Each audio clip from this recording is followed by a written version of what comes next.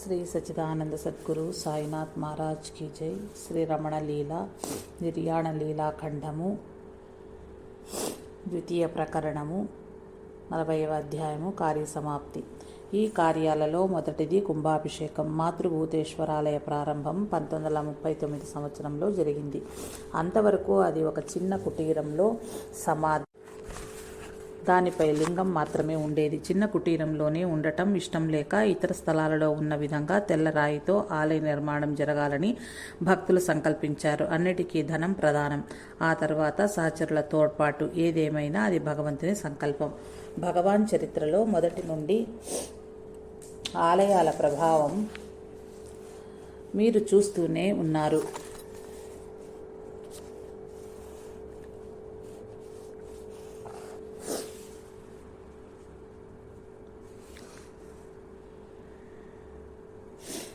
తిరుచళి, మధుర, తిరువణ్ణామలైలోని ఆలయాలే ఆయన ఆధ్యాత్మిక జీవన స్థానాలు అనటం శంకెంపరాని సత్యం। ఏ శక్తి తమను ఈ ఆశ్రమ స్థాపనకు తీసుకుని వచ్చిందో ఆ శక్తి నిరంతరం ఇక్కడే ఉండి భక్తులకు మంగళకారిణి అయి ఉండటం కన్నా భగవాన్కు కావలసింది ఏముంది? కానీ డబ్బు విషయంలో వారు పట్టుదల వహించారు। అదేమిటంటే, నేను ఎవరిని నాకై యాచింపలేదు, నా పేరు మీద మీరు యాచింపవద్దు। ఇతర నిర్మాణాలు ఏ ప్రకారం సిద్ధమయ్యాయో దీనిని కూడా అదే విధంగా చేయండి అని వారి ఆజ్ఞ। శిష్యజనులకు వారి సమ్మతి ప్రమాత్రం చాలు।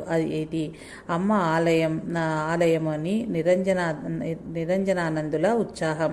ఇది భగవాన్ను కన్నా జనని స్థారకాలయం అని కొందరి భక్తి। భగవాన్ తన అనుగ్రహాన్ని చూపిన కార్యమ్మ కొందరి తోడ్పాటు శ్మశానంలో చేపట్టిన ఆగమ దేవాలయ విధాన కార్యాలకు అతిశయ శక్తి కలుగుతుంది। కావున ఈ దేవాలయంలో శక్తి ఉజ్వలంగా ప్రకాశిస్తుందని కొందరి ఆలోచన। కొందరు ఈ కాలంలో ఆలయం ఏమిటి అని ప్రశ్నించిన అది అధిక సంఖ్యాకుల తోడ్పాటు లభించింది। ధనం, వస్తు సామాగ్రి సమృద్ధిగా సమకూరాయి।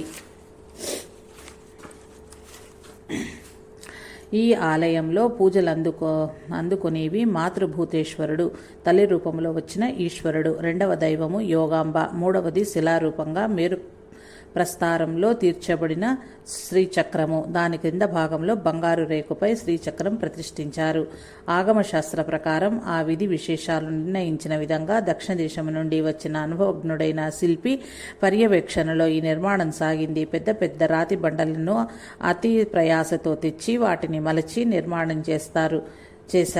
ఆలయానికి ముందు భాగంలో భగవాన్ ఉండుటకు ఒక హాలును నిర్మించారు। ఎందుకనగా భగవాన్ ఉన్నది పెంకులతో నిర్మించిన హాలు, సందర్శకుల సంఖ్య అధికంగా ఉండటంతో అది సరిపోవటలేదు। స్త్రీలకున్న చోటు మరీ తక్కువగా ఉంది।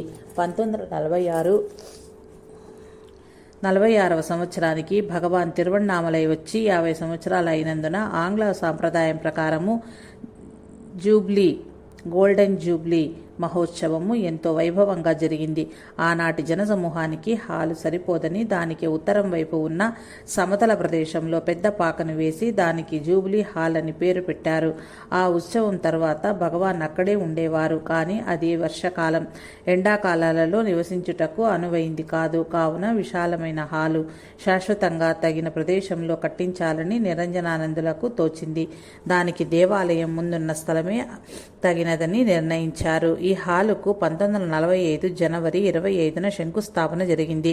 మూలస్తంభం ప్రతిష్ట 16/5/1946వ తేదీన జరిగి ఆలయంతో పాటు ఈ హాలు కూడా సిద్ధమైంది। ఆ హాలులో స్వామి కూర్చున్నటకు నల్లరాతితో ఒక సింహాసనం కూడా తయారు చేశారు। దానిపై స్వామి కూర్చుని ఉన్నప్పుడు భక్తుల చూపు ఒక కంటితో స్వామిని, మరొక కంటితో మాతృభూతేశ్వరుణ్ణి సేవించవచ్చునని నిరంజనానందులు సంకల్పం। ఈ సింహాసనము ఇప్పటికీ మాతృభూతేశ్వరాలయం ముందు భాగంలోను భగవాన్ విగ్రహం వెనుక భాగంలోనూ ఉన్నది। 1949 ఫిబ్రవరి నాటికి కార్యాలు దాదాపు నెరవేరాయి। కావున ఆలయానికి కుంభాభిషేకం నెరవేర్చాలని దాని కొరకు మార్చి 17, 1949 తేదీ నిర్ణయించారు. కుంభాభిషేకము అనగా ఇదివరకు వేరే ప్రదేశంలో ఉన్న లింగము మొదలైనవి తీసుకువచ్చి వాటిని శాశ్వత స్థానములో స్థాపితం చేసి ఆలయ విమాన కలశమునకు అభిషేకం చేయటం. శాస్త్ర ప్రకారం అగ్నిముఖంలో సకల దేవతలను ఆరాధించి ఆ శక్తిని ఆకర్షణ చేసి శ్రీచక్రములో నిక్షిప్తం చేసి స్థాపించుట ఒక విధానము. దీనికి గాను శాస్త్రోత్తకంగా ఒక మండపం కట్టి దానిలో వేదశాస్త్ర పండితులు దానికి అనుగుణంగా చేసే కార్యాలకు పూనుకున్నారు. ఇంకొక వైపు శైవాగమ ప్రకారము అంగదేవతా సహితంగా ఈశ్వరుని కలశాలలో ఆవాహనం చేసి ఆ కలశ జలాన్ని సంప్రోక్షించి లింగంలో ఆ శక్తిని నిక్షిప్తం చేయటం ఇంకొక పద్ధతి. ఈ విధానంలో ఆగమ పండితులు తమ తమ కార్యాలను శ్రద్ధాభక్తులతో నిర్వహించారు. వారికి వేరొక మండపం కట్టారు. 3 దినములు తపస్సుగా జరిగింది. ఒకచోట వేద పారాయణము, జపాలు, హోమాలు, అర్చనలు, నైవేద్యాలు, వేరొక చోట వచ్చిన వేల మంది జనానికి అతిథి సత్కారాలు. 14వ తేదీ ఉదయం 8:30 గంటలకు యాగంతో ఈ కార్యం ప్రారంభమైంది. శ్రీ శ్రీ శ్రీ పూరి పీఠాధిపతి శ్రీ శంకరాచార్యులు ఈ ఉత్సవం చూడటానికి వచ్చారు. అంతకు పూర్వం 2 నెలల ముందు వారు స్వామికి ఒక ఉత్తరం ద్వారా తామిక్కడికి వస్తామని తెలిపి దానిలో ఒకనొక ఆగమంలో హర గౌరీ సంయోగే అవచ్ఛాయ యోగ అని చూశాము అని, అవచ్ఛాయ యోగం అంటే ఏమిటో తెలపవలసిందని కోరారు. ఆశ్రయం వారు ఆచార్యుల వారు ఇక్కడికి వచ్చినప్పుడు ఆ విషయం తెలుసుకొందురని మహర్షి అభిప్రాయం తెలిపారు. వారు ఇక్కడికి విచ్చేసినప్పుడు వారికి మఠాధిపతులకు జరగవలసిన గౌరవాలన్నీ జరిగాయి. వారికి ఇతర భక్తుల వలె కాక ఒక ఉన్నత ఆసనాన్ని ఏర్వేశారు. కానీ వారు అందులో కూర్చొనుటకు ఇష్టపడక వారు భగవంతుని విగ్రహం ముందు సన్యాసులు ఏ విధంగా ప్రణమిల్లుతారో అదే విధంగా భగవాన్ ముందు నమస్కారం చేసి నేలపైనే జింక చర్మం పైన కూర్చుని తమ సంశయాన్ని అడిగారు. స్వామి, ఏముంది తెలిసిందే, వ్యాపారాత్మకమైన శక్తి అనగా మనోవృత్తి శుద్ధమైన సద్వస్తువైన హరునితో చేరునప్పుడు వృత్తిలో ఆత్మ యొక్క ఛాయ అవతరించుటే అవచ్ఛాయో యోగము అన్నారు. నాకు అవగతం కాలేదు అన్నారు పీఠాధిపతులు. స్వామి వారిని ఒక అరగంట సేపు అనుగ్రహ దృష్టి ప్రసారం గావించారు. వారి కన్నులు మూతబడ్డాయి. అనిర్వచనీయమైన అనుభూతిని పొంది ఆనందాశ్రువులు కారుతుండగా శిరస నమస్కరించి భగవాన్ ఇప్పుడు అర్థమైందని సాష్టాంగ నమస్కారం చేశారు. ఈ దేవాలయంలో మేరు ప్రస్థారాత్మక శ్రీచక్ర ప్రతిష్ఠ జరుగుతోంది. తాము ఆ విద్యలో పరిపూర్ణులు కావున తాము ఈ కార్యాన్ని పర్యవేక్షిస్తామని చెప్పి ఆ కార్యాలన్నింటినీ చూచుకున్నారు పీఠాధిపతులు. యాగం దగ్గర మహర్షి కూర్చొని ఆ కార్యక్రమాన్ని చూస్తూ తమ అనుగ్రహాన్ని ప్రసరించారు. అది పూర్తి కాగానే ఆలయం ముందు ఉన్న హాల్లోకి స్వామి వచ్చారు. దానికి వేసిన తాళాన్ని తీయుటకు కూడా శక్తి లేని ఆయన దుర్బల స్థితిలో ఉండి కూడా స్థపతి శిల్పి సహాయంతో హాలును తెరిచి గర్భగృహానికి వెళ్లి శ్రీచక్రమును తమ హస్త స్పర్శతో అనుగ్రహించి క్రిందకు దిగి వచ్చి కొత్త సింహాసనం మీద ఎర్రని పట్టు పాన్పుపై కూర్చొని దర్శనం అనుగ్రహించారు. ఈ కార్యక్రమము 3 దినాలు కొనసాగింది. 2వ దినము సభలు, సంగీత కచేరీలు మొదలైనవి జరిగాయి. త్రిరాత్రా దీక్షతో కార్యక్రమం ముగిసింది. 17వ తేదీ ఉదయము కుంభాభిషేకంతో ఇది సమాప్తమైంది. ఈ కోలాహలాన్ని, జన సమూహాన్ని, ఆ ఉత్సవాన్ని చూచి తీరాలి, కానీ వర్ణించలేము.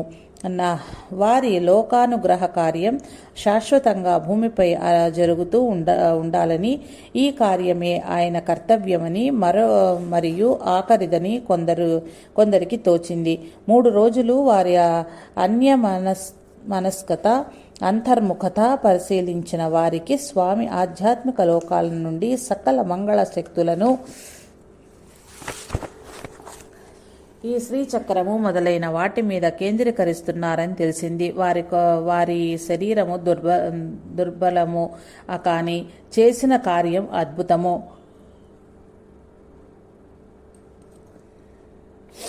వారి శక్తిని ఇక్కడ పోసారేమో అనిపించింది. భగవాన్ యొక్క ఆదేశ శక్తి, మాతృభూతేశ్వరుని అనుగ్రహ శక్తి నిరంజనానందులతో నిలిచి ఈ కార్యాన్ని కొనసాగించాయి. మేరువు 2 అడుగుల చతురస్ర వేదికలో ఉంది. తగినంత ఎత్తుగా నల్ల రాతి మీద చెక్కారు. ఇది స్థాపితమైన రాత్రి రమణుడు అక్కడే అర్ధజాము ఉండి అనుగ్రహించారు. వేడి గాలి, శ్రీచక్రం మొదలైనవి గట్టిపడటానికి గాను లోహములు కలిగించే కొలిమిళ్ళ వేడిమిని భరించి అక్కడే ఉన్నారు. వారే స్వయంగా 10 తులాల బంగారం రేకు మీద శ్రీచక్రం మేరువు క్రింద నిక్షిప్తం చేశారు. కుంభాభిషేకం అయిన తరువాత నిత్య పూజ జరుగుతున్న ఈ మేరు చక్రంనకు పర్వదినాలలో కూడా విశేష పూజలు జరుగుటలేదు. 1953లో ఆశ్రమాధికారుల దృష్టిని ఈ విషయం ఆకర్షించింది. ఇక్కడ ఒక విశిష్ట పూజా విధాన క్రమము అవలంబించాలని ఆగమ పండితులు నిర్ణయించారు. నెలకు ఆ పూజలు 6 పర్వదినాలలో చేస్తున్నారు. ప్రతి శుక్రవారము, పౌర్ణమి, సంక్రమణాలలో పూజ జరుగుతున్నాయి. విశేష పూజకు దాదాపు 3 గంటలు పడుతుంది. అభిషేకం తర్వాత పుష్పాలంకారము, దీపాలంకారము, తర్వాత సాధారణంగా జరిగే పీఠ, శంఖ, ఆత్మ పూజాధికములు నిర్వహిస్తారు. తర్వాత చతుషష్ఠి ఉపచారాలు నిర్వహిస్తారు. అనంతరము ఆవరణ దేవతా పూజ, తదుపరి ఖడ్గమాల పూజ, తరువాత అష్టోత్తర శతనామ పూజ, తర్వాత బీజాక్షర సంపుటితో పాటు అష్టోత్తర లలితా సహస్రనామ పూజ, లలితా త్రిశతి పూజ, శ్రీ సూక్తంగా ఉన్న పంచదశ సమ్మేళనంతో నైవేద్యం, తదుపరి దుర్గా సూక్తము, దేవీ సూక్తము, ఋగ్వేదము, తర్వాత దేవీ సూక్తము, చండీ సప్తపతి, ఇటువంటి స్తోత్రాలు, తర్వాత దీపారాధన, నైవేద్యం సమర్పణ జరుగుతాయి. నివేదించిన ప్రసాదాలలో ముందు కన్యకా పూజ చేసి తర్వాతనే అందరికీ పంచుతారు.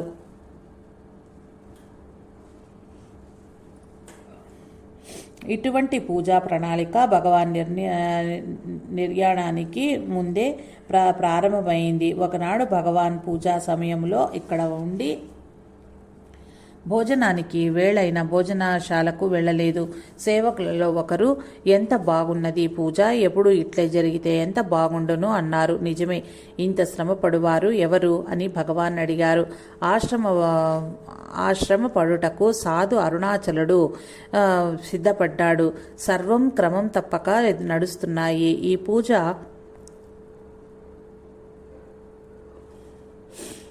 ప్రభావం వలన కాబోలు అంతకుముందు కార్యనిర్వాహక వర్గానికి ఉన్న సంకటలన్నీ తొలగిపోయాయి. ఆశ్రమం యథావిధిగా నిర్వహించబడుతోంది. గ్రంథ రచన 1946 తర్వాత భగవాన్ ఏ గ్రంథం వ్రాయలేదు.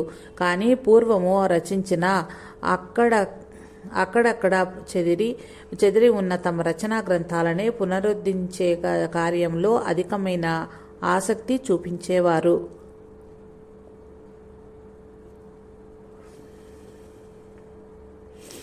అయినా చిన్న రచనలను ఆయన చేయలేకపోలేదు.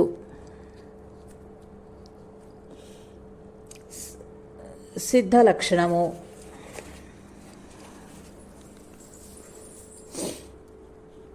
భాగవతంలో అంతర్గతంగా ఉన్న హంసగీతలో ఒక శ్లోక సిద్ధ లక్షణం గురించి వర్ణించింది. మాటల మధ్యలో ఆ శ్లోక ప్రసక్తి రాగా స్వామి 1946 జనవరిలో దానికి తమిళానువాదం చేశారు.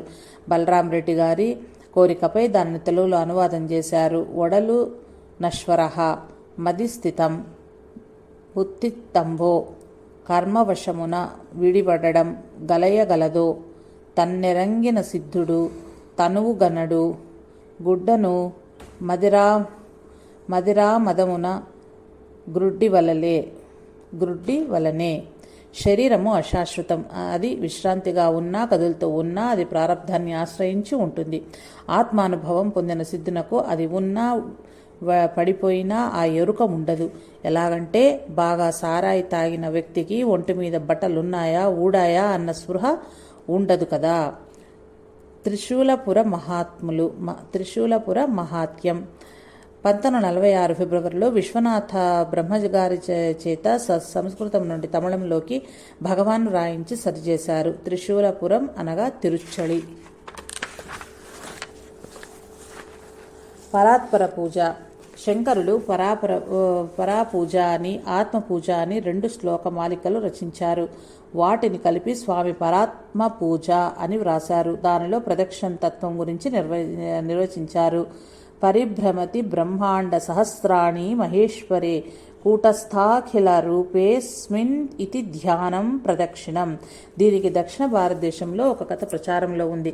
శంకరుడు తన చేతిలో ఒక పండు పట్టుకుని ఉన్నాడు. 2 కుమారులు శివుని వద్దకు వచ్చి ఆ పండు తమకే కావాలని తగులాడారు. ఎవరు ముందుగా లోక ప్రదక్షిణ చేసి వస్తే వారికి ఆ పండును ఇస్తానని శివుడు చెప్పాడు. వెంటనే మయూర వాహనుడు బయలుదేరి వెళ్ళాడు. గణపతి యుక్తిపరుడు కనుక తల్లిదండ్రులకు ప్రదక్షిణ చేసి పండిమ్మని అడిగాడు. లోకాలన్నీ మహేశ్వరునిలోనే ఉన్నాయి కదా, కనుక మహేశ్వరునికి ప్రదక్షిణ చేస్తే లోకాలకు ప్రదక్షిణ చేసినట్లే కదా. అలా మహేశ్వరుని మానసిక ప్రదక్షిణ చేయటం పరాపూజ కాదా ఏమిటి? మానసిక ప్రదక్షిణ చేయటం పరాపూజ కాదా ఏమిటి? జ్ఞానేశ్వర్ విఠోబా సంవాదం. మనసు బేదార్ మహారాష్ట్రంలో ప్రఖ్యాత వ్యక్తి జ్ఞానేశ్వరి. భగవద్గీతకు జ్ఞానేశ్వరుల చేసిన మరాఠీ భాష్యంను ఇంగ్లీష్లోకి అనువాదం చేశారు. అన్ని గ్రంథాల సిద్ధులు గురించి రచించాయి. కానీ సాధకులను గురించి గ్రంథం ఉన్నదా అని స్వామిని అడిగారు. తమిళ భక్త విజయంలో సిద్ధ సాధక సంవాదం ఉంది. అది విఠోబా జ్ఞానేశ్వరుల సంవాదము గ్రంథము అని స్వామి దానిని ఇంగ్లీష్లోకి అనువాదం చేయించి వారికి పంపారు. దానిని సూరి నాగమ్మ గారు తెలుగులో సిద్ధ సాధక సంవాదనము అనే పేరుతో రచించారు. శ్రీ రమణాశ్రమ లేఖలలో ఉంది. ఏకమకర్షం. ఎందరో భక్తులు స్వామి స్వహస్రాక్షరం చేతివ్రాత తమ దగ్గర ఉంటే తమకు శుభదాయకమని భావించి వారి సహస్రాక్షరాలను వేడుకొనుట జరిగింది. స్వామి నాకు పేరేముంది, రమణుడని మీరే అంటున్నారు, పేరుంటే కదా వ్రాయాలి అని తప్పించుకునేవారు. కానీ సోమసుందర స్వామి నిర్బంధం చేయటంలో వారికి స్వామి ఒక తమిళ శ్లోకం వ్రాశారు. మహర్షి దానికి తెలుగులో కూడా రచించారు. ఏకమై వెలయునే హృదయం దెపుడు నేకమక్షరం తానెటు వ్రాయగలము. దీనికి పాఠాంతరం ఇది కూడా భగవాన్ రచించిందే. ఏకమకర్షం తా హృదయమం దెప్పుడు. ఏకమై వెలుగునో ఎటు వ్రాయగలము. మురుగునార్ ప్రార్థించగా దానికి మహర్షి సంస్కృతంలో రచించారు. ఏకమహర్షం హృది నిరంతరం భాసతే స్వయం లిఖ్యతే కథనం.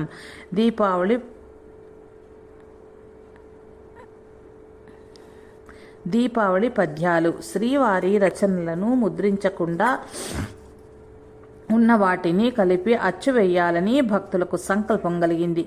వారి రచనలలో అక్కడక్కడ చెదిరి ఉన్న వాటిని ప్రోగు చేయటం ప్రారంభించారు. కొన్ని ఒక పాత పుస్తకంలో వ్రాశారు. దీపావళి గురించి మురుగనార్ ప్రార్థనపై దానిలో రచించిన శ్లోకాలున్నాయి. వాటికి శ్రీ సూరి నాగమ్మ గారి వివరణ. 1. నరకమనే శరీరంనే నేననువాడు నరకమునకు రాజు. నరకుడు ఎవడని విచారించి జ్ఞానదృష్టితో నరకుని వధించువాడే నారాయణుడు. నరక చతుర్దశి అనే సుదినం అదే. 2. నరకంలో సమానమైన శరీర గృహంలో నేను అనే అభిమానమే నరకుడు. ఆ అభిమానాన్ని నిర్మూలించి తానుగా ప్రకాశించుటే దీపావళి. దక్షిణామూర్తి ఆవిర్భావం. దక్షిణామూర్తి స్తోత్రానికి అనువాదంలో దాని ఆవిర్భావ కథను అవతారిక పీఠికగా భగవాన్ రచించారు. జగత్ సృష్టికర్త అయిన బ్రహ్మ మానసపుత్రులైన సనక, సనందన, సనత్కుమార, సనత్సుజాతులనే నలుగురు జగత్ సృష్టి మొదలైన కార్యాలకు తాము సృష్టించబడ్డాము అని తండ్రి వలన విని దాని మీద విరక్తి గలవారై శాంతిని అభిలషించి దానిని తెలుపగలిగిన వారి గురించి వెదుకుతుండగా ఆ తీవ్ర జిజ్ఞాసుల పట్ల పరమేశ్వరునికి కారుణ్యం కలిగి దక్షిణామూర్తిగా మౌనంగా స్వస్థితిలో వటవృక్షం క్రింద చిన్ముద్రను ధరించి ఉండటం చూసి అయస్కాంత సమీపంలో ఇనుము వలె ఆకర్షించబడి వారి సన్నిధిలో ఈ నలుగురు స్వస్వరూపాలతో నెలకొన్నారు. ఆ మౌన స్వస్థితి యొక్క యథార్థ స్థితిని గుర్తించలేని ఉత్తమ అధికారులకు అడ్డుగా భావించే లోకాన్ని చూచేవాడు మనసును చూపించే ప్రకాశం విజృంభించి లయించే శక్తి తనకన్నా భిన్నం కానందున అంతా తన్మయమే అను సర్వాత్మతత్వమును సంగ్రహించి ఈ స్తోత్రములో ఆచార్య శంకరులు వివరించారు.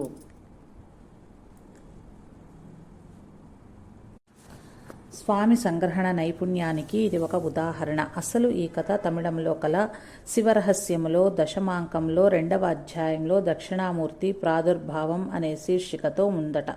హృదయ సహస్రార స్థితి విరూపాక్ష గుహలో ఒకసారి రమణులు గణపతి శాస్త్రి హృదయ సహస్రాలను గురించి మాట్లాడుకుంటున్నారు. వారి దగ్గర ఉన్న అరుణాచలుడు అనే వ్యక్తి దాని సారాంశాన్ని ఇంగ్లీష్లో వ్రాయగా స్వామి దాని భావాన్ని సహవల్ అను ఛందస్సులో తమిళంలో రచించారు. తిరుచ్చలి వెన్బా అన్నాది 6వ గ్రంథంలోని 3 పాటలకు నాగమ్మ గారి కోరికపై స్వామి తెలుగులో వెన్బా వృత్తంలో రచించారు. ఏకాత్మ పంచకము. అదేవిధంగా నాగమ్మ గారి కోరికపై స్వామి మరో 2 శ్లోకాలను రచించి ఆ 5ంటిని తెలుగులో వెన్బా ఛందస్సులోనే రచించారు. వారే దానికి ఏకాత్మ పంచకమని పేరు పెట్టారు. తెలుగు వెన్బా ఏకాత్మ పంచకం. 1. తన్ను మరచి తనువు తానై తలచి ఎన్నియో జన్మములెత్తి తుది దన్ను తెలిసి తానౌట పలుదేశ సంచార కలన్మేల్కటుర కను. 2. తానుండి తానుగా తన్నుదుగా నేనేవ దేనుండు స్థానమెదియును వానికి నేనెవ డెక్కడ నేనున్నా నన్ను మధు పానుని ఈడు పలుకు. 3.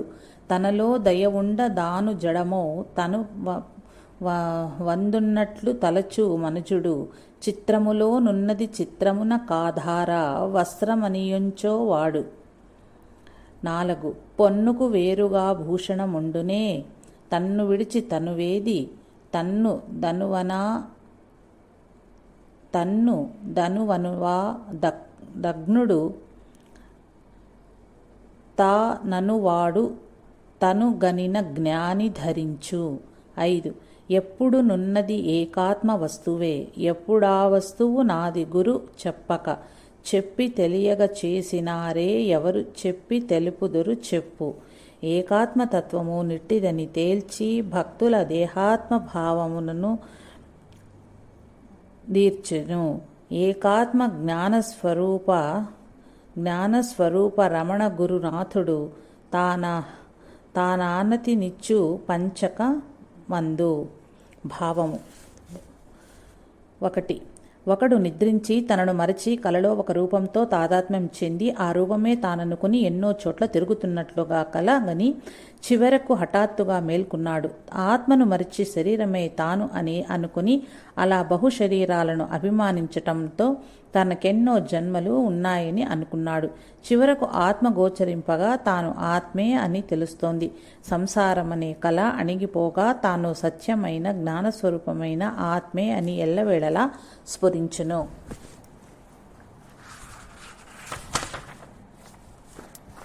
2. తాను నిర్వికారుడు. మర్చిపోవుట అనేది లేదు. తానుగానే ఎప్పుడూ ఉన్నాడు. కానీ నేనెవడను, నేను ఉండే చోటు ఏది అని విమర్శించటం ప్రారంభించి చూడగా ఒకడు తాగి తనను మర్చిపోయి నేనెవడను, నేనెక్కడ ఉన్నాను అనే మాటలకు సమానంగా ఉంటుంది. 3. ఆత్మ అవధి లేనిది. అందులో ఒక చిన్న పరిధిలో దేహం తోస్తుంది. అది జడం కూడా. ఆ దేహంలో ఉన్నానని తలంచుట అనగా దేహంలో ఉన్న జీవి తాను అనుకోవటం ఎలా ఉందంటే ఒక వస్త్రం మీద బొమ్మలు గీయగా ఆ బొమ్మలకు ఆధారంగా ఉన్న వస్త్రాన్ని కూడా బొమ్మల్లో భాగం అనుకోవటం వలె ఉంటుంది. 4. బంగారంతో ఏ నగలు చేయించుకున్నా అది బంగారమే కానీ అవి బంగారం కన్నా వేరుగా లేవు. అదేవిధంగా తాను ఆత్మ లేక దేహం ఉంటుందా? శరీరం అనే తాను అనుకున్నవాడు అజ్ఞాని. తాను అను శబ్దంతో చెప్పబడే ఆత్మ అహం. అహం నేను అని స్ఫురించే ఆత్మ దృష్టిని తనలోనే నిలుపుకుంటే జ్ఞాని కనుక స్పష్టంగా తెలుసుకో. 5. 3 కాలాలలోనూ 3 అవస్థల్లోనూ ఎడతెగక ఉండేది తనకన్నా వేరు కాని తానే అయిన ఆ సద్వస్తువు అంతే ఆత్మే. సనకాది మునులు ఆశ్రయించినప్పుడు దక్షిణామూర్తి మౌనంగా బోధించాడంటే ఇక దాని గురించి చెప్పగలిగేవారు ఎవరుంటారు? ఏకాత్మ వాక్కులకు తెలియనిది. ఆత్మ ఒకటే ఉందని, దాని తత్వం అది నీవే అని, జ్ఞాన రూపమని, అది నీ స్వరూపమని ఈ 5 పద్యాలలో రమణ గురువు వివరించి భక్తులకు ఉన్న దేహాత్మ భావాన్ని పోగొట్టారు. దేహమే నేను అనే భావాన్ని పోగొట్టారు.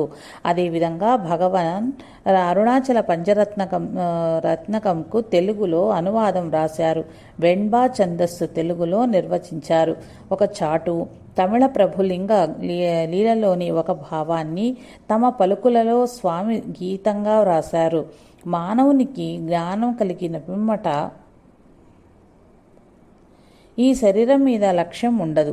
ఎంత చక్కని విస్తరి అయినా కానీ భోజనానంతరం విసిరి పారవేసినట్లు ఈ భౌతిక దేహ శరీరాన్ని జ్ఞానం కలిగిన తరువాత ఎప్పుడు పారవేస్తామో అని చూస్తోంది. విచారమణిమాల హిందీలో సాధు నిశ్చలదాసు అనేక వాదాలతో విచారసాగరం అనే ప్రఖ్యాత గ్రంథం రచించారు. దానికి తమిళంలో అనువాదం కలదు. వావిళ్ల వారి అనువాదం తెలుగులో ముద్రించారు. ఆ తమిళ గ్రంథం పెద్దది కనుక అరుణాచలం మొదలియార్ కోరికపై స్వామి సంగ్రహించి రచించారు.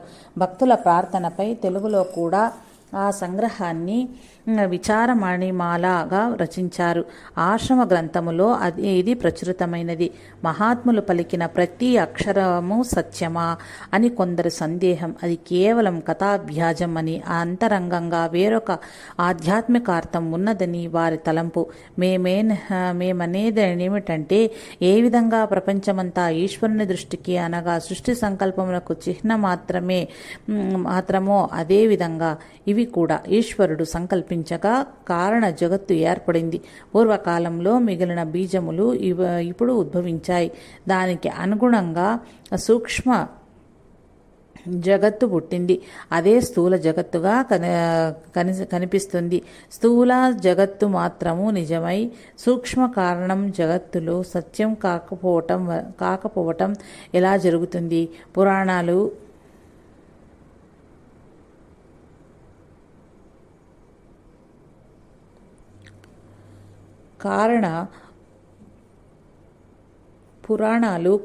కారణ సూక్ష్మ స్థూల జగత్తుల కథానకములు కల్పంలో జరిగినట్లు వర్ణించునవి.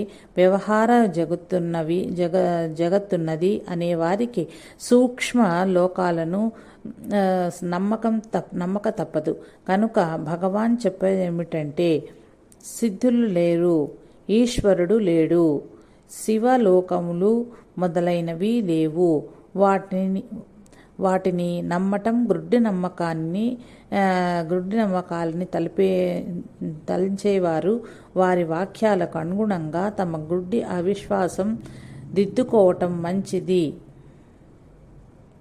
ఇదే సరి అయిన మార్గం.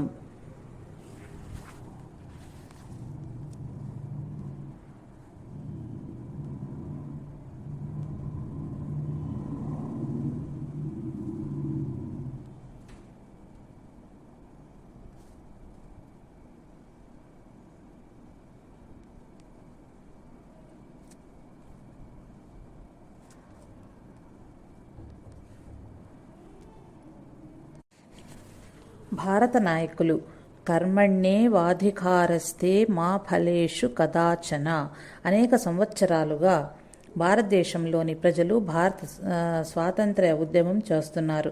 దాని మీద స్వామి అభిప్రాయం తెలుసుకోవాలని అనుకునేవారు ఉంటారు.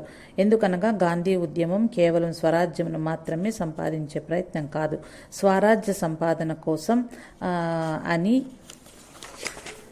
గాంధీని అనుసరించే వారికి ఇతరులకు గల నమ్మకం. నిష్కామ కర్మ యోగం వలన ఉత్తమ జ్ఞాన సిద్ధి కలుగుతుందని, సిద్ధి కలిగిన తరువాత లోకోపయోగం కొరకు కర్మను ఆచరించక తప్పదని లోకమాన్య బాలగంగాధర తిలక్ గీతా రహస్యంను రచించినప్పటి నుండి ఆ అభిప్రాయం సర్వతా వ్యాపించి ఉన్నది.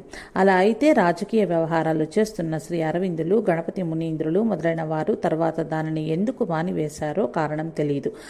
తప్పుడు అభిప్రాయాలు వ్యాపిస్తున్నాయి.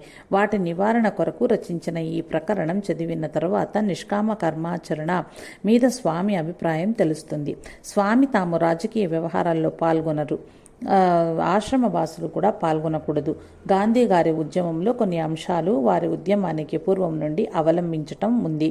స్వామి సేవకులలో 2 మలబారు హరిజనులు. స్వామి సర్వసమత్వం పాటిస్తారు.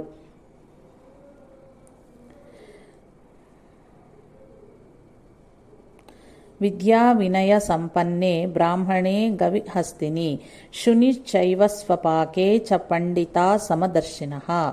జ్ఞాని విద్యా వినయ సంపన్నుడైన బ్రాహ్మణుని యందు గోవు ఎందును, ఏనుగు ఎందును, కుక్క ఎందును, కుక్క మాంసము తినువాడి ఎందును సమదృష్టి కలిగి ఉండును.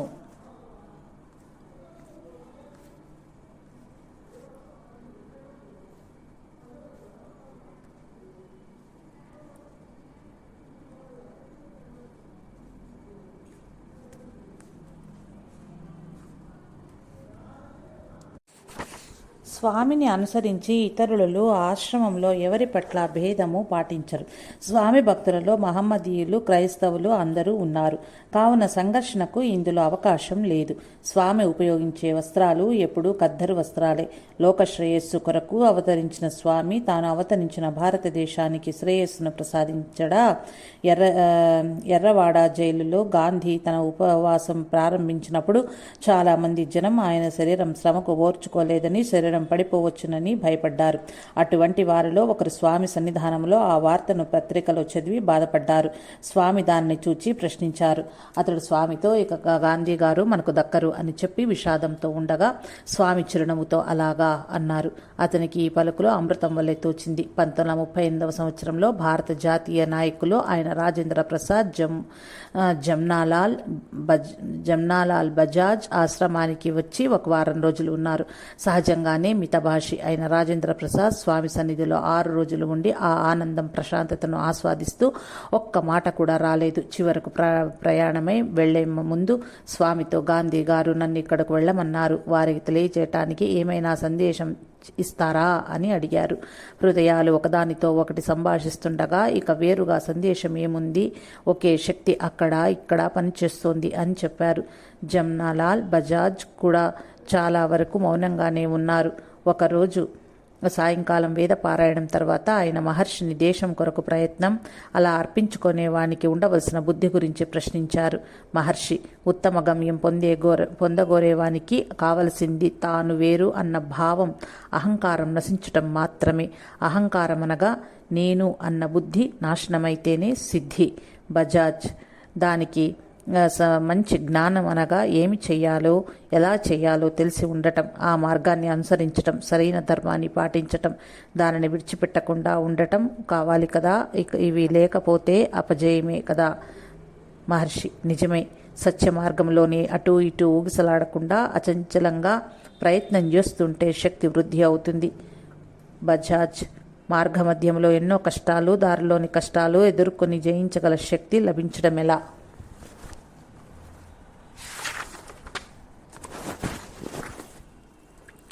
మహర్షి, భక్తి, సత్సంగం, దానికి ఉపాయాలు.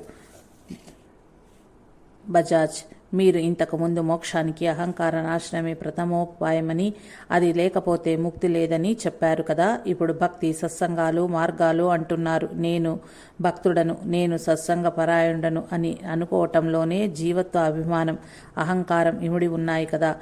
మహర్షి, ఈ మార్గం ముముక్షులకు ఉపాయంగా చెబుతారు. అంతవరకు అప్పటికే ముముక్షువుకు జీవిత్వాభిమానం, అహంకారం పోవు కదా. పోయినా ఈ ప్రశ్న రాదు. ముముక్షువుకు ఈ విధంగా జీవత్వం, అహంకారం నాశనమవుతాయో ఆ మార్గం చెప్పాను కనుక ఇది సమంజసమే. బజాజ్ స్వరాజ్య వాంఛ ఉండటం సరి అయినదేనా మహర్షి? ఆ కోరిక కూడా మొదట స్వార్థంలోనే ప్రారంభమవుతుంది.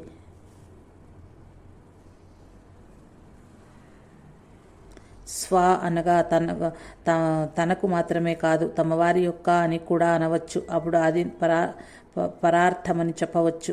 ఆ కార్యం కొరకు చాలా కాలం శ్రమించటం వలన సంకుచిత దృష్టి క్రమక్రమంగా నాశనమై భక్తి భావన దేశ భావనలో లీనమై పోవును. అటువంటి వ్యక్తి భావన నాశనం కోరదగిందే. ఇదే నిష్కామ కర్మ. బజాజ్ చిరకాలం కష్టపడి ఎంతో త్యాగం చేసిన తర్వాత స్వరాజ్యం లభిస్తే ఆ ఫలం కలిగినందుకు సంతోషించటం సమర్థనీయం కాదా మహర్షి? కాదు. కార్యం చేయునప్పుడు అతడు అతీతముగా ఒక మహాశక్తికి ఆత్మసమర్పణ చేసి ఆ శక్తిని మరిచి ఉండక ఎల్లప్పుడూ ఆ శక్తిని స్మరిస్తుండాలి. కనుక జయం కలిగితే అతను ఎందుకు పొంగిపోవాలి? కార్యాచరణంలో ఫలితాన్ని గురించిన ఆలోచన ఉండరాదు. అప్పుడే అది నిష్కామ కర్మ అవుతుంది. బజాజ్ కార్యాచరణంలో తప్పుదారి వడని రుజు ప్రవర్తన ఎలా రక్షించబడుతుంది మహర్షి? భగవంతునికి కానీ గురువుకి కానీ ఆ శక్తికి కానీ ఆత్మసమర్పణ చేసుకుని ఉన్నట్లయితే ఆ శక్తి, ఆ గురువు, ఆ భగవంతుడు అతన్ని రుజు మార్గంలోనే నడిపిస్తారు. తన మార్గం సరైనదేనా అన్న సందేహం అతనికి అనవసరం. అన్ని విషయాలలోనూ పూర్ణంగా గురువు చెప్పినట్లు చేయకుండా ఉన్నప్పుడే అతనికి ఎలాంటి సందేహాలు వస్తాయి? సర్వసమర్థమైన ఆధ్యాత్మిక శక్తికి స్వరాజ్య సిద్ధికై చేయు కర్మాచరణకు ఏదైనా సంబంధం కలదేమో అని సందేహ నివారణ కొరకు బజాజ్ ఈ లోకంలో భక్తులు శక్తి సంపన్నులై స్వదేశం కొరకు శ్రమించి స్వరాజ్య సంపాదించినట్లు అనుగ్రహించే శక్తి ఏదీ లేదా అని అడిగారు. మహర్షి మౌనంగా ఉన్నారు. ఆ అభిప్రాయాన్ని ఇంకా స్పష్టంగా చెప్పాలనే ఉద్దేశంతో ప్రాచీన ఋషులు తపశ్శక్తి ఈనాటి వారి సంతతికి మేలు చేస్తూ ఇప్పటికీ లభిస్తోందా అని బజాజ్ ప్రశ్నించారు. మహర్షి లభిస్తూనే ఉంది, కానీ ఒక్కరికే ఆ లాభం మొత్తం కలుగుతుందని తలంచరాదు.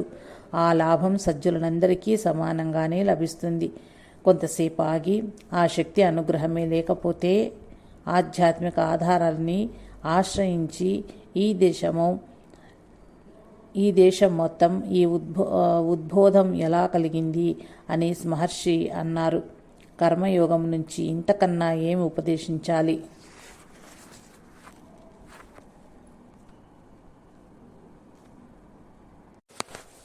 సమన్వయం. కొన్ని ప్రశ్నలు. స్వామి అభిప్రాయంలో నిష్కామ కర్మయోగం ఏ విధంగా జీవుని అహంకారాన్ని పోగొట్టి జ్ఞానప్రాప్తికి సాధనమవుతుందో వివరించారు. అలాగే భక్తి మార్గం యొక్క అంత్యస్థితి ఏమిటి? అద్వైతమా అనే ప్రశ్నకు సమాధానం. క్రింది ప్రశ్నలకు గాంధీ గారి శిష్యుడు కిషోర్ లాల్జీ మష్రూవాలా అడిగారు. భక్తి మార్గంలో స్వరూపనాశనం ఎలా జరుగుతుంది? భగవంతునికి పనిముట్టుగా అతడు తాను అవుతాడు. తన సంకల్పశక్తిని భగవంతుని పాదాలకు అర్పించాడనుకుందాం, కానీ తాను పనిముట్టును అనే భావం అతనికి ఉండదా? ఒక కీర్తనలో భక్తుడు భగవంతునిచే ఊదబడు వేణువు తాను అని స్వర్ణించుకున్నాడు. తాను వేణువు మాత్రమే అవుతాడు. అతను వేణువైతే తాను భగవంతుని కన్నా భిన్నమైన వస్తువు అనే జ్ఞానం అతనికి ఉన్నట్లు స్పష్టమవుతోంది కదా. కొన్నిసార్లు అతనికి భగవంతుడు తప్ప వేరేది స్ఫురించకపోవచ్చు. అతడు తాను ఉన్నానన్న సంగతి కూడా మర్చిపోవచ్చు. కానీ ఈ స్థితి శాశ్వతంగా స్థిరమైనట్లు కనిపించదు. చైతన్యుడు, రామకృష్ణుడు మొదలైన వారు భక్తి మార్గంలో సిద్ధి పొందిన వారి విషయంలో కూడా ఇది ఇలాగే ఉంది. పనిముట్టు మాత్రంగా అయినా కొన్ని దశలలో అయినా తాము భగవంతుడి కన్నా వేరు అనే జ్ఞానం వారికున్నట్లే తెలుస్తుంది. భక్తి మార్గంలో ఉన్న వారికి శ్రద్ధ తప్పదు. శ్రద్ధకు ఆధారం భావన కదా. ఈ భావన, ఈ శ్రద్ధ అతని గతికి మోక్షమునకు నిరోధం అవుతుంది కదా. మహర్షి సమాధానం. భక్తి, జ్ఞాన, యోగ మార్గాలు వేర్వేరు అయినా వాటి లక్ష్యం ఒక్కటే అని మొదట్లోనే మనం ప్రతిపాదించవచ్చు. అన్నింటిలో సాధనా పద్ధతులు వేరే కానీ అంతర్గత సూత్రం ఒక్కటే. ఇలాంటి మానసిక దృష్టియే సాధకునికి కావలసింది. ఎందుకంటే భక్తి అనగానే శ్రద్ధ, విశ్వాసం గురించి చెబుతారు. మరి ఏ సాధనా మార్గం అనుసరించినా ముముక్షువుకు శ్రద్ధా విశ్వాసాలు లేకపోతే పురోగతి ఎలా సాధ్యం? ఆత్మవిచారంలో కానీ రాజయోగంలో కానీ ఏకాగ్రత తప్పనిసరి. భక్తిలో అది అంతర్లీనంగా ఉంది కదా. భక్తి మార్గంలో ఉన్న వ్యక్తి తాను అర్చించు సగుణ బ్రహ్మం మీద శ్రద్ధ, విశ్వాసాలు కలిగి ఉంటే ఏమైంది? అహంకార వినాశం ఎందులో కలుగుతుందో ఆ నిర్గుణ బ్రహ్మాన్ని వేదాంతి విశ్వసిస్తే ఏమైంది? నిర్వికల్ప సమాధానం ఇచ్చే అష్టాంగ యోగం అభ్యసించే రాజయోగికి అది ఉంటే ఏమి? తత్వశోధనలో తేలేదేమిటంటే ఏ మార్గమైనా సూత్రం ఒక్కటే. హృదయంలో మనసు నిరంతరం స్థిరమై ఉండటం ముఖ్యం. కావున ఉపదేశ సారం 10వ శ్లోకంలో ఇలా చెప్పబడింది. కర్మము భక్తి యోగ జ్ఞానములిది, మర్మము స్వస్థమై మన ముందు మహిమ.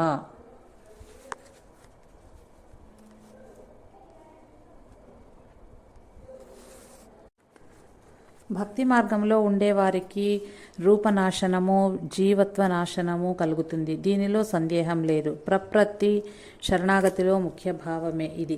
వ్యక్తిత్వ భావం ఏ కొంచెమున్నా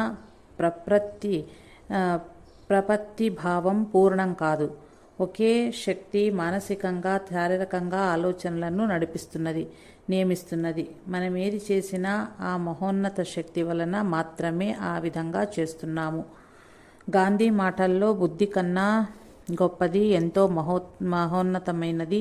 మనలను మరియు నాస్తికులను ఆ శక్తి మీద నమ్మకం లేని వారు కూడా పాలిస్తూ శాసిస్తున్నది. ఋషులకు, సాధువులకు ఇది ప్రత్యక్షానుభవం. కార్యాలు కొన్ని భగవంతునివని, కొన్ని కావని చూచేవాడు అనుకోవచ్చు. కానీ ఋషులకు, సాధువులకు అన్నీ భగవత్ కార్యాలే.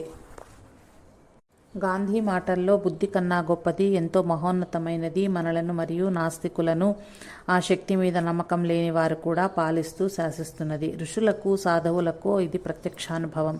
కార్యాలు కొన్ని భగవంతునివని, కొన్ని కావని చూచేవాడు అనుకోవచ్చు. కానీ ఋషులకు, సాధకులకు అన్నీ భగవత్ కార్యాలే. ఈ పూర్ణ ప్రపత్తి స్థితిని, అహంకార నాశస్థితిని వివరించటానికి మాత్రమే వేణువు మొదలైన ఉపమానములు చెబుతారు. కానీ ఉపమానము నుండి ఉపమేయమును సాధించి, అనగా గాయకుడు వేణువు వేరైనట్లుగా భక్తుడు తాను లక్ష్యం భగవంతుని కన్నా వేరు అని వాదించటం సరికాదు. తాను వేరు అని భక్తునికి ఏ కొంచెమైనా తోచినట్లయితే అది అతని లోపమే, అనగా అతడు గమ్యానికి దూరంగా ఉన్నట్లే. తనలో ఉన్న అహం స్ఫూర్తియే విశ్వాసానికి ఆధారమైన దైవమని ఎప్పుడు అతడు గ్రహిస్తాడో అప్పుడే అతనికి వేరుగా ఉందనే సంకల్ప శక్తి కలగదు. భక్తుడు భక్తిలో లక్ష్యం అనే పదాలు వేరే మార్గం లేక ఉపయోగించినవే అంత మాత్రం చేత మేము ఆ ద్వంద్వం రెండూ సత్యమని అంగీకరించినట్లు మీరు భావించకూడదు. అలా ఆలోచనకు ఆధారమైన విషయము కాకపోతే భావన అసాధ్యం. దానికి అనుగుణంగా పద ప్రయోగం తప్పనిసరి. ద్వంద్వస్థితి లేకపోతే భక్తి అసాధ్యమని చెప్పటం సరికాదు. ఈ భావన చిన్నప్పటి నుండి సాధకునికి పరిచయం. కావున సాధకుడు ప్రారంభ దశలో ఈ భావనను ఉపయోగించవచ్చు. కానీ గమ్యం తాత్కాలికం కానటువంటి శాశ్వత నిరంతర సాయుజ్య స్థితి.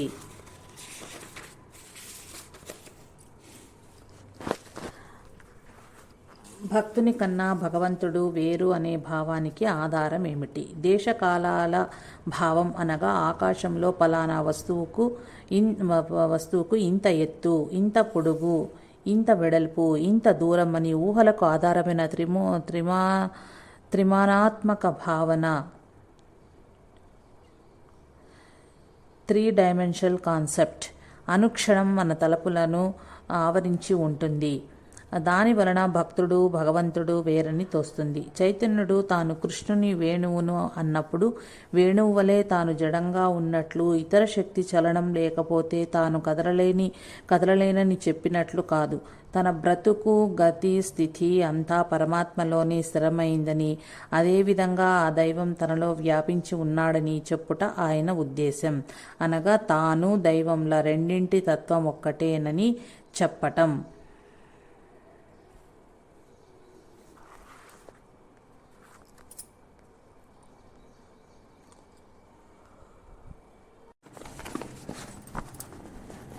ఉన్న జీవేశ్వరు లోకవస్తు వాత్మ భిన్నముపాధి చిచ్చహ్నం లేను.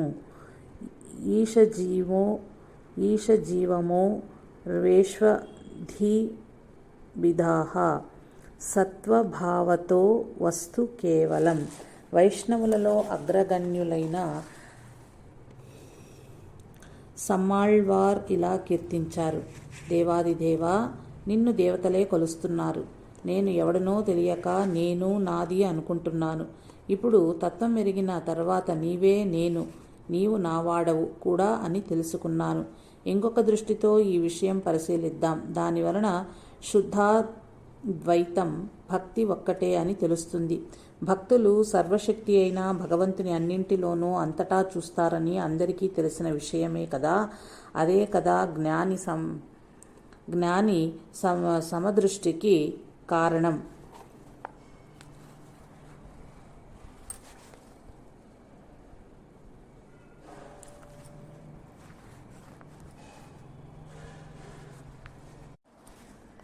విద్యా వినయ సంపన్నే బ్రాహ్మణే గవిహస్తిని శుని చైవ స్వపాకే చ పండితా సమదర్శినః. భక్తుని దృష్టిని గీత ఇలా వర్ణిస్తోంది: యో మాం పశ్యతి సర్వత్ర సర్వం చ మయి పశ్యతి తస్యాహం న ప్రణశ్యామి సచమేన ప్రణశ్యతి. భక్తుడు భగవంతుని అన్నింటిలోనూ అంతటా సర్వము భగవంతుని చూస్తున్నప్పుడు తనలో భగవంతునిలో తనను చూడకుండా ఉంటాడా? అంటే ఏమిటి? తత్వం ప్రకారం తాను భగవంతుడు ఒక్కటే అని కదా. భగవంతుని కన్నా తాను వేరు అనే భావం అతనికి ఉంటే అతను భగవంతుని సర్వత్రా చూసినవాడు ఎలా అవుతాడు? అన్నింటినీ భగవంతునిలో చూచినవాడు ఎలా అవుతాడు? అహం బ్రహ్మాస్మి అని పలకగానే బ్రహ్మానుభవం అయినట్లు కాదు. అటువంటి వాక్యాల వలన తనకు బ్రహ్మభావం ఆరోపించుకొని అన్ని కాలాలలో అన్ని చోట్ల బ్రహ్మభావం అనుభవానికి రాకపోతే అహంకారం ఇంకా మిగిలి ఉన్నట్లు తెలుస్తోంది కదా. అటువంటి వానికి తత్వంలో శివుని జ్ఞానం లేదు, అహం జ్ఞానం లేదు. శంకరాచార్యులు వివేక చూడామణిలో 64వ శ్లోకంలో చెప్పినట్లు అటువంటి వానికి భ్రాంతి ఎలా ఉంటుందంటే, పరిపాలించటానికి రాజ్యం, ధరించుటకు కిరీటం లేకపోయినా అతడు తాను రాజును అని భ్రమపడటంతో సమానము. సర్వత్రా బ్రహ్మ భావన లేకపోతే అది అద్వైతం కాదు. త్రిమాణాత్మకములైన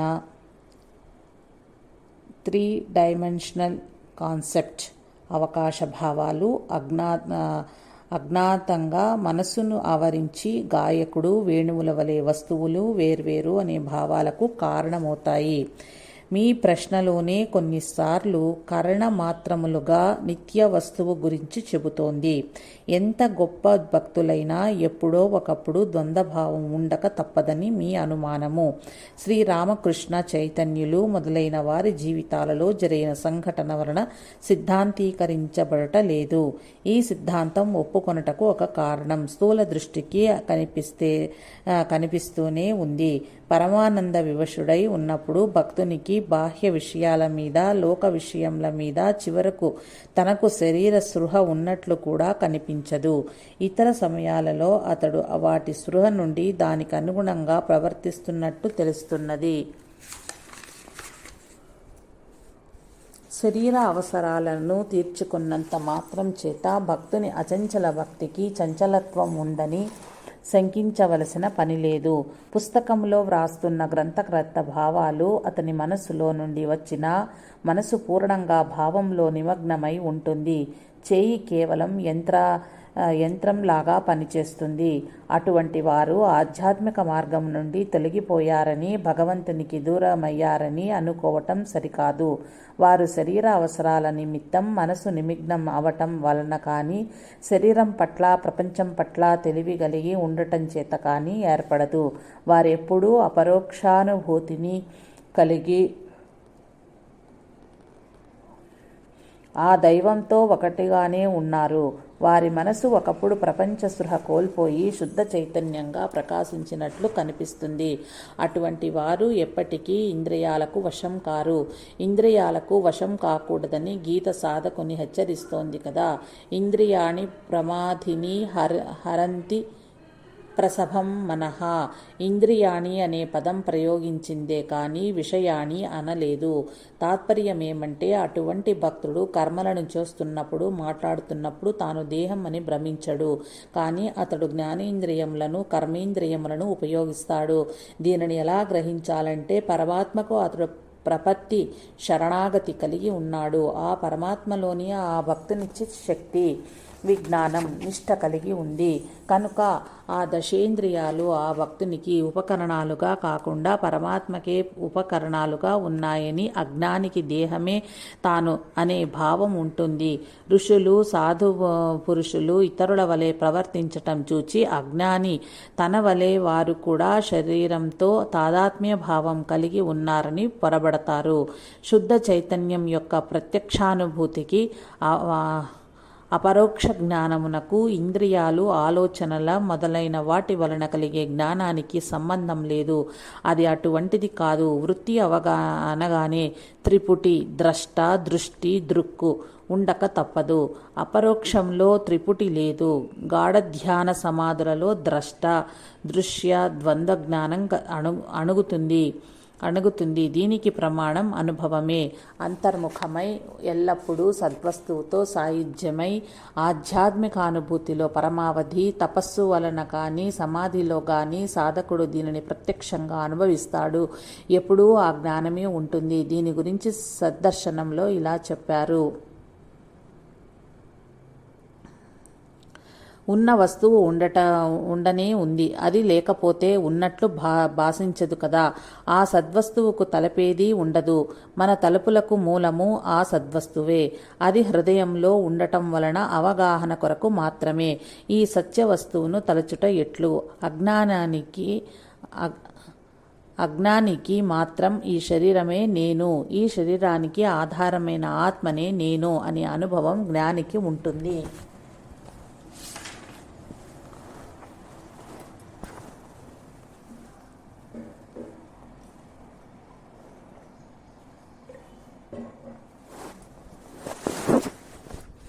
ఒక భావన పైన ఆధారపడి ఉండే శ్రద్ధ ఎప్పుడైనా సాధకునికి మోక్షానికి ఆటంకమవుతుంది కదా అని ప్రశ్న.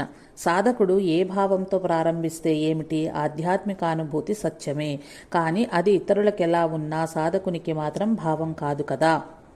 అంత మాత్రమే అయితే అతడు ఇక ముందుకు అడుగు పెట్టలేడు. శ్రీరామకృష్ణ, చైతన్యులు మొదలైన వారు భగవంతుని కళలలో కొన్నింటిని, ఆయనను ఏదో ఒక రూపంలో ఒకదానిని పూజించినంత మాత్రం చేత భగవంతుని రూపాన్ని వారు పరిమితం చేశారని, అంతవరకు మాత్రమే భగవంతుని శక్తి వ్యాపించిందనే భ్రమకు లోనయ్యారని అనుకోవటం అజ్ఞానం.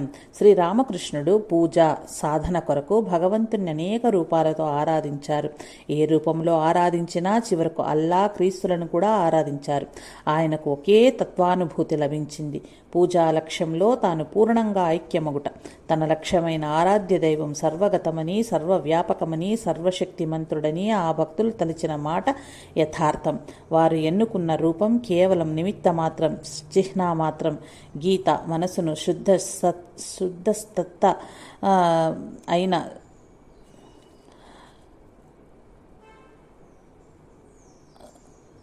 మనసును శుద్ధస్థత అయిన అవ్యక్తంపై నిలుపుకుంటే ఏదో ఒక రూపం మీద శ్రద్ధగా నిలుపుట సులభం అని చెప్పింది కదా.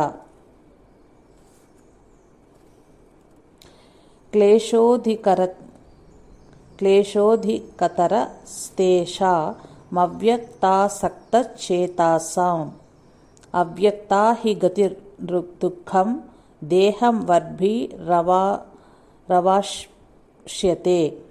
వారి శ్రద్ధాభక్తులకు విశ్వాసానికి కారణం వారి అనుభవమే. అనుభూతి ఒక్కటే మనసులోని సంశయాలను పోగొడుతుంది. ఆ విషయంలో ఈ క్రింది శ్లోకం స్మరిద్దాం. సంశయశ్చ విపరాసః నివార్యేతే ఉభావపి అనుభూతైవ వాసిష్ట న శాస్త్రశతకైరపి.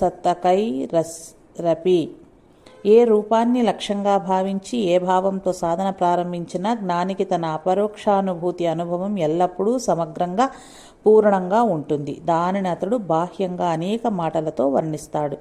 ఆ విధంగా నిత్యశుద్ధమైన ఆ దైవాన్ని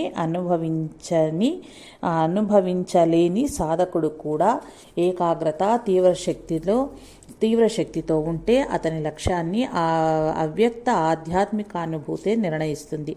ఆ విషయం అతనికి తెలిసినా తెలియకపోయినా అతని మార్గాన్ని నిర్ణయించేది అతని భావం మాత్రమే కాదు.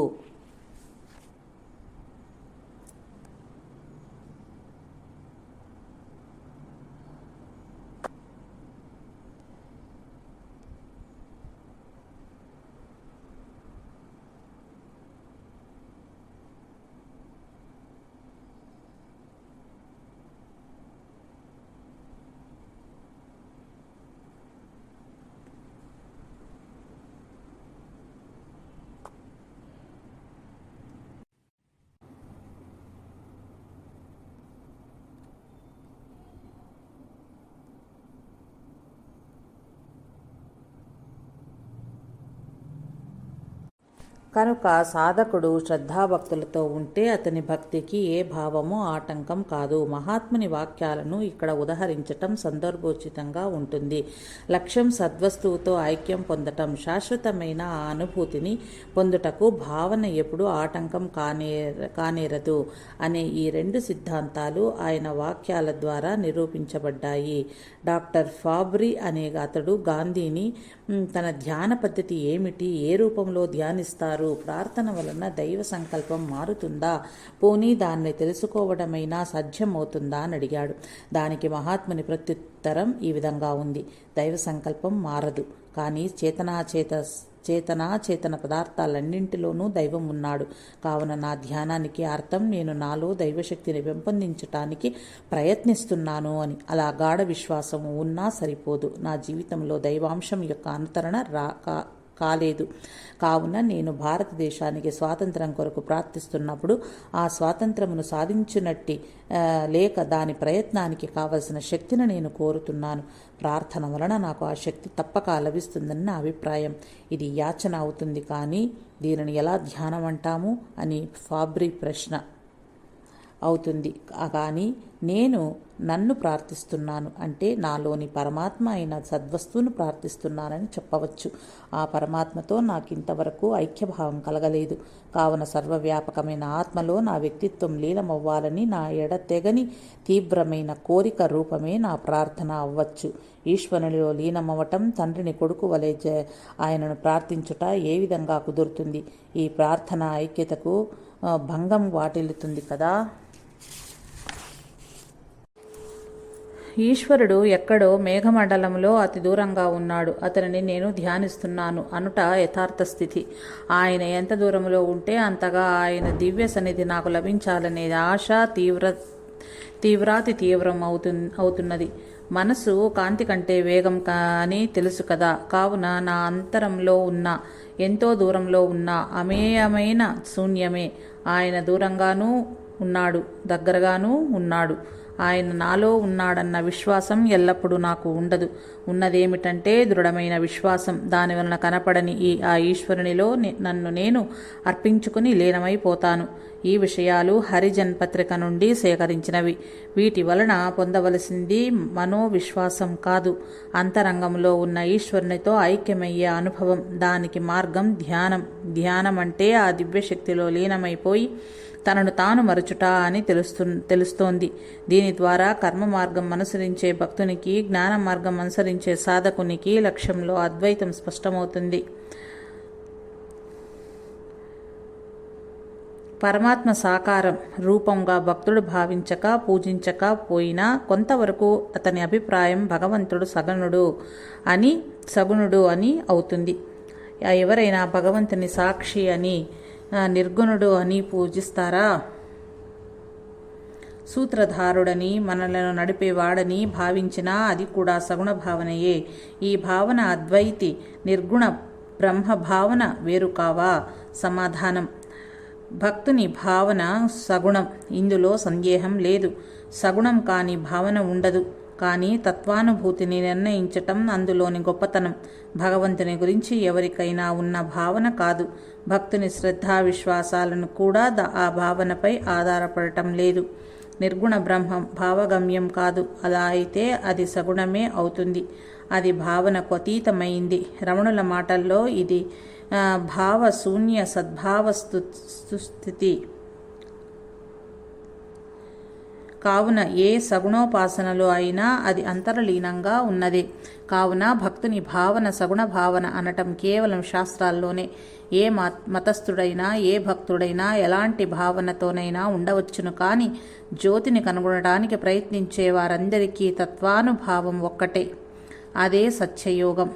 పరమసత్త భగవంతుడు నిర్గుణుడు కాకపోతే అందరికీ ఒకే అనుభూతి అసాధ్యం. ప్రశ్న 3. ఆత్మకు దేహానికి మధ్యతోచే ఈ అహంకారం సూర్యుని నుండి వచ్చే కిరణం వలె లేక సముద్రం నుండి లేచే తరంగం వలె ఆత్మ యొక్క పరిణామం లేక ఆత్మ యొక్క రూపాంతరం కాదా? సమాధానం: తరంగం సముద్రం కన్నా వేరు, కిరణం సూర్యుని కన్నా వేరు. అదేవిధంగా అహంకారం కూడా ఆత్మ పరిణామం లేక రూపాంతరం. కావున ఆత్మ కన్నా భిన్నం అనే ప్రతిపాదన మీ ప్రశ్నలోనే దాగి ఉంది. యథార్థ స్థితిలో సూర్యుని కన్నా కిరణం, సముద్రం కన్నా అలా వేరు కావు. కిరణం రంధ్రం నుండి పోగలదు, సూర్యుడు అలా చెయ్యలేదు. కావున ఈ రెండు పదార్థాలు వేరువేరు అని వాదించవచ్చు. కిరణం బెజ్జం నుండి పోగలదు, కావున దానికి విడిగా వ్యక్తిత్వం ఉంది. అంటే మొదట అది ఉన్నప్పుడే కదా కార్యం చేయటానికి. సూర్యుని కాదని కిరణం వేరుగా ఉండగలదా? అటువంటి వేరుగా ఉనికి లేక అది తనకు ఒక ప్రత్యేక ఉనికిని తెచ్చుకోగలదా? సూర్యుడు అంతా ఒక కిరణమే కాగలడా? సముద్రమంతా ఒక తరంగమే కాగలదా? కాజాలవు. కాబట్టి ఆ కారణం చేత సూర్యుడు కన్నా కిరణం వేరు, సముద్రం కన్నా అల వేరు అని వాదించగలమా?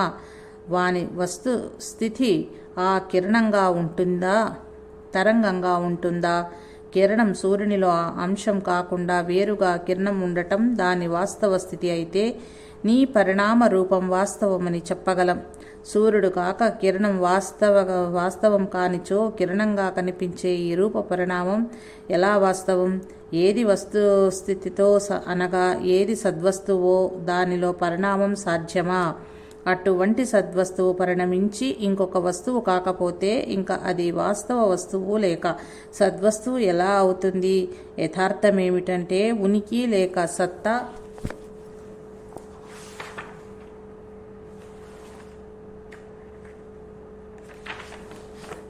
ఒక్కటే నిజం. అది రూపం కాదు, గుణం కాదు. అది ఆ రెండింటికి అతీతం, ఆ రెండింటికి ఆధారం. ప్రశ్న 4. జీవన భావం తరంగం వలె అశాశ్వతం, సూర్యకిరణం వలె ఒక మహత్తరమైన వస్తువులో అల్పాంశం అంటే అర్థమవుతుంది. కానీ అది భిన్నార్థంలో నాశనమొకట ఎట్లు?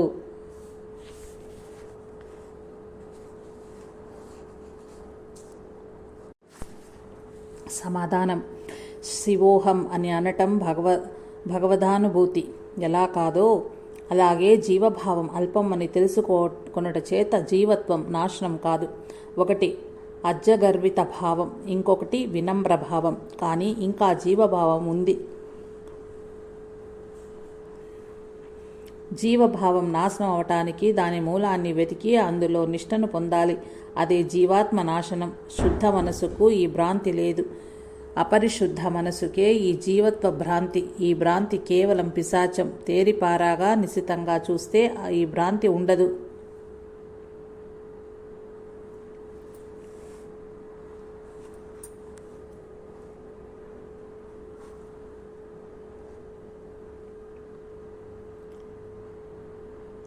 రూపద్భవో రూపతతి ప్రతిష్టో రూపాశనో ధూత గృహీతరూపః స్వయం విరూపః స్వవిచారకాలే ధావత్యహంకార పిశాచ యేషు.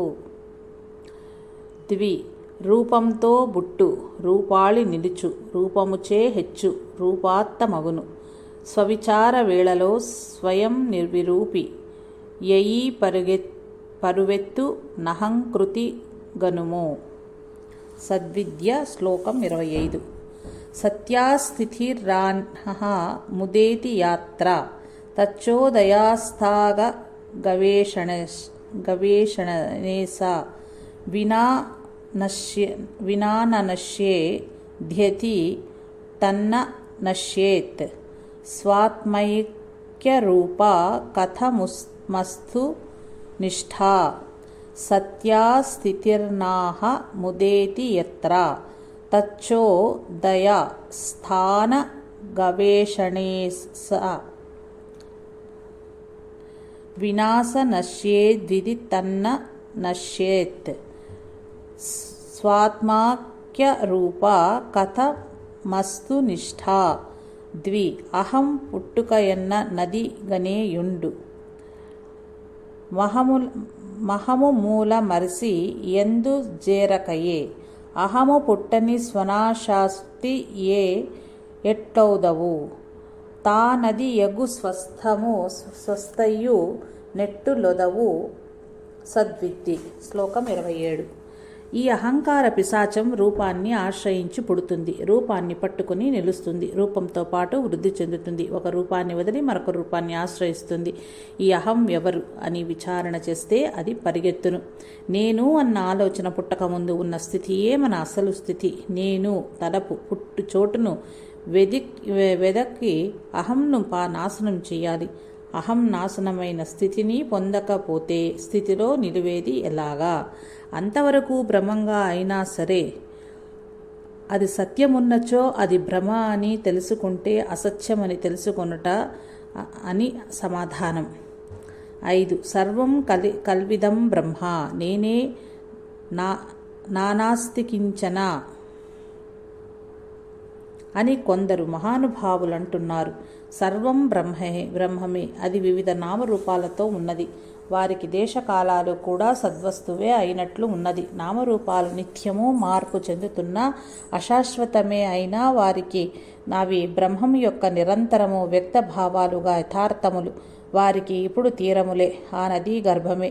ఆ నీరు కనిపించకున్నా అది సద్వస్తువే. వరుసగా అతి వేగంగా చిత్రములు మన కన్నుల ముందు తిరుగుతున్న సినిమా అంతా ఒక చిత్ర ప్రదర్శన మాత్రమే కదా. నీటి గమనస్థితి నది. సినిమా రీలు కదిలితే అది సినిమా. అదే ప్రకారం ప్రపంచం కూడా అని అంటారు. బ్రహ్మం యొక్క నిరంతర చలన స్థితియే ప్రపంచంలోని అనేక వస్తువులని వారు అంటారు. వారి దృష్టిలో ఆలోచిస్తే ఇంద్రియ జ్ఞానం కూడా యథార్థ జ్ఞానమే. పూర్ణ జ్ఞానం కాకపోయినా అజ్ఞానం మాత్రం కాదు. ఇతరులకు బ్రహ్మం సత్యం, జగత్తు మిథ్య అనగా అశాశ్వతమని మాత్రమే అర్థం కాదు. మృగతృష్ణ వలె అజ్ఞానము వలన పుట్టిన భ్రాంతి అనగా కనిపించే భ్రమ. 2 అభిప్రాయాలకు సమన్వయం కలదా? సమగ్రమైన సత్యస్థితి ఏది? సమాధానం సర్వం కలిద్వం బ్రహ్మ. సర్వం కల్విదం బ్రహ్మ అనగా సర్వమునకు బ్రహ్మం ఆధారం. బ్రహ్మ తప్ప వేరేది లేదని మాత్రం అర్థం.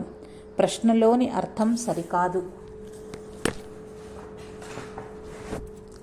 ఆ వాక్యంలో ప్రశ్నించిన వ్యక్తి అనుకున్నట్లుగా దేశకాలాలు, రూపనామాలు, చలనం, మార్పు ఇవన్నీ సద్వస్తువులని ఉద్దేశం కాదు. దాని ఉద్దేశం ఏది వీటన్నింటికీ ఆశ్రయంగా ఆధారంగా ఉన్నదో అది సద్వస్తువు. అది బ్రహ్మమని, లేకపోతే నీ వాక్యాన్ని బట్టి చాలా పొంతనలేని సిద్ధాంతాలు వస్తాయి. దేశకాలాలు, రూపనామాలు, జనన మరణాలు అన్నీ సత్యమైతే ఇక శాశ్వతమేది, యథార్థమేది? ఏది సత్యమో అది సర్వత్రా ఎల్లవేళలా సద్వస్తువుగా ఉంటుంది కదా. యథార్థమేమిటంటే కాలం మనస్సు యొక్క కల్పన. సంభవించే క్రమాన్ని బట్టి మనకు కాలభావం కలుగుట లేదు. లండన్లో ఒకరు 1939 డిసెంబర్ 31వ తేదీ సాయంకాలం 3 గంటలకు రేడియోలో మాట్లాడారనుకుందాం. దాదాపు అదే సమయంలో యోగ పద్యం కానీ అదే టోక్యోలో వినిపిస్తుంది. మాట పంపుటకు 7 నిమిషాలే అగును. కానీ క్యాలెండర్ను అనుసరిస్తే అది టోక్యోలో 1940 జనవరి 1వ తేదీ అవుతుంది. గంటల వలన, తేదీల వలన, లేకపోతే సూర్యోదయం మొదలైన వాటి వలన కొలత పెట్టబడుచున్న కాలభావన జనులకు సంబంధించిన సమయం మాత్రమే. శుద్ధ చైతన్యం నిత్యం ఉండనే ఉంది. దానిపై బుద్ధి భూత భవిష్యత్ కాలాలను రుద్దుచున్నది.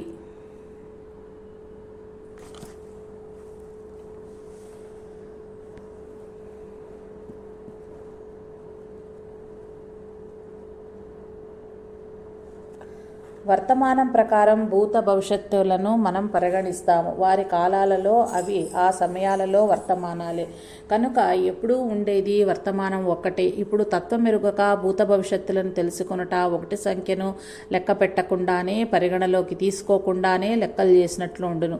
కాలభావన ఏ విధంగా అంతరింద్రియమైన మనస్సు నుండి పుడుతుందో అదేవిధంగా దేశకాలాలు, రూపమానాలు బాహ్యేంద్రియ ధర్మము పైన స్పర్శ దర్శన శ్రవణము వలన కలుగుతుంది. ప్రశ్నలలో చెప్పిన ఉపమానాలు కూడా పొరపాటు అభిప్రాయానికి వచ్చే అవకాశం ఉంది. దాని నుండి గ్రహించవలసిన సిద్ధాంతం వ్యవధి లేని మార్పే పరిణితియే. ఘనీభవించినట్లు అయి 3 కాలాలలో మార్పే స్వభావంగా గల ఆ పరిణితి స్వభావాన్నే వికారం లేని సద్వస్తువులో కనపడేలా చేస్తోంది. దీని ప్రకారం మార్పు, చలనమే పరమార్థం. సహజం, అవికారి అయిన నిత్య వస్తువుగా ఉండుటే వికృతి లేక వికారతత్వం.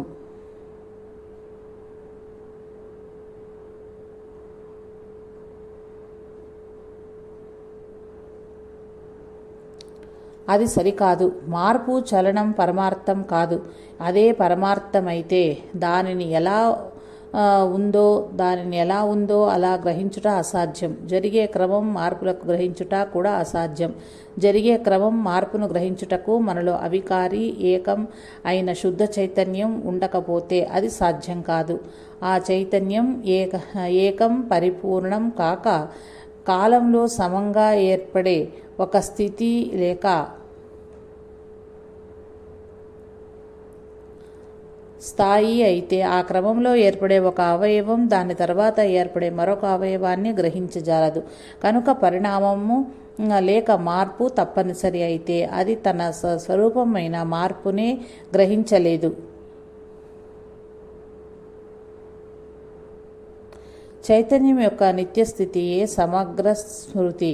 ప్రజ్ఞ మార్పు లేని దానిని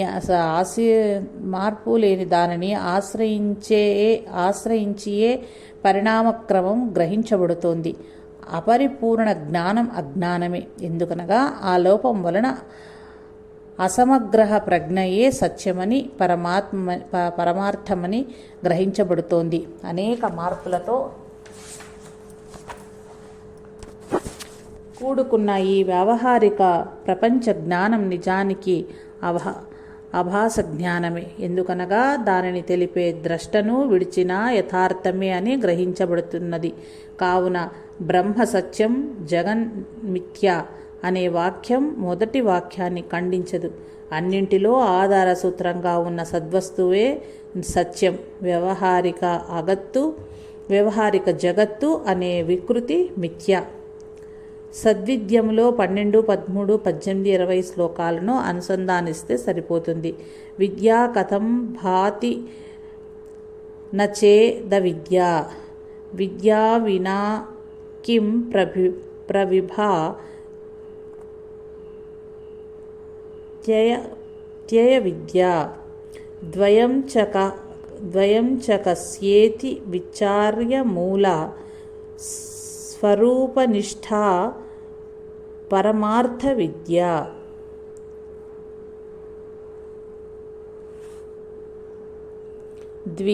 జ్ఞానము లేక యజ్ఞము లేదు. అజ్ఞానమే లేక యజ్ఞానమొప్ప. ద్వాదయా మెవరికం చరసి తన్మూల. పైన తా తెలియుటే జ్ఞానమై మొరయు సద్విద్య. శ్లోకం 10. జై రమణ. జై సాయి మాస్టర్.